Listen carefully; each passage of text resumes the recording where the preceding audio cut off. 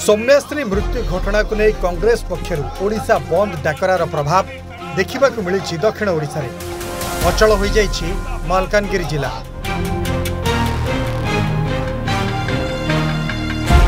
सकाळ 6टारू कांग्रेस कर्मी समेत वाम दल जिलार विभिन्न छकरे ब्यानर लगाई रास्ता अवरोध करने सह सरकार विरोध में नाराबाजी करिसेंती।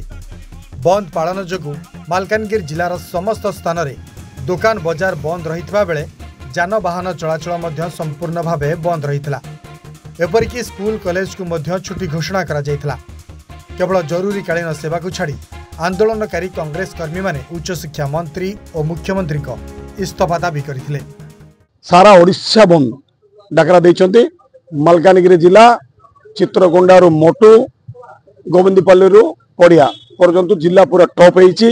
से जो छात्री जो भाव में निर्यातना पाई से मुख्यमंत्री को उच्च शिक्षा मंत्री को विधायक को ट्वीट करते किसी पदक्षेप नेले नहीं बोले से आत्महत्या कले।